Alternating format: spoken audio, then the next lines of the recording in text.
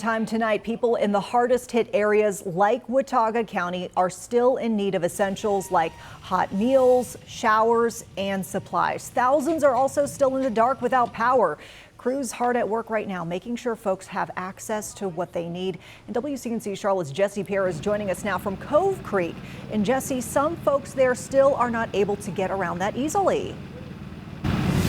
Exactly. I'm actually walking on the walkway NCDOT built after a bridge here collapsed in the storm.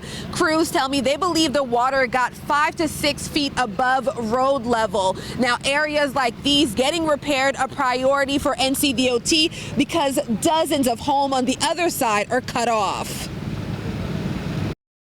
A car lays flipped over in water, feet away from where a bridge washed away in Cove Creek. The amount of damage that we're seeing here is historic. I just need for this to stop, God. Someone's mobile home got picked up and swept away. Homes flooded without power and hot water and left stranded. The house was completely submerged in water.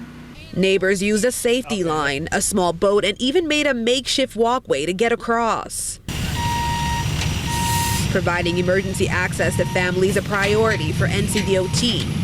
Working with a private contractor first to get this walkway built. And that's nothing more than just laying a big long beam across the river, across the stream, to be able to provide access at least on foot so the people who are trapped can at least get across the bridge back and forth to get supplies. Marcus Kaiser says this is one of many bridges they are working on, using these large beams so cars can eventually get across. So this temporary bridge is going to be here for a pretty good time until we can get a permanent solution in place. He says crews are working overtime to get repairs done, but low connectivity, no power in some areas, and travel conditions have all created challenges. There's lots of main thoroughfare roads that are gone.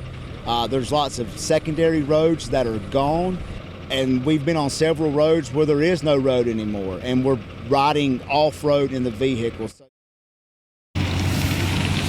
So as you can see, crews are out here. There's another large beam being brought out here. This is all to build this bridge that's going to give access for vehicles to be able to travel over here. Now, this particular bridge that is being built, crews tell me that is expected to be complete by the end of the week. And then crews will move on to another roadway that needs to be fixed. Live in Cove Creek, Jesse Pierre, WCNC Charlotte.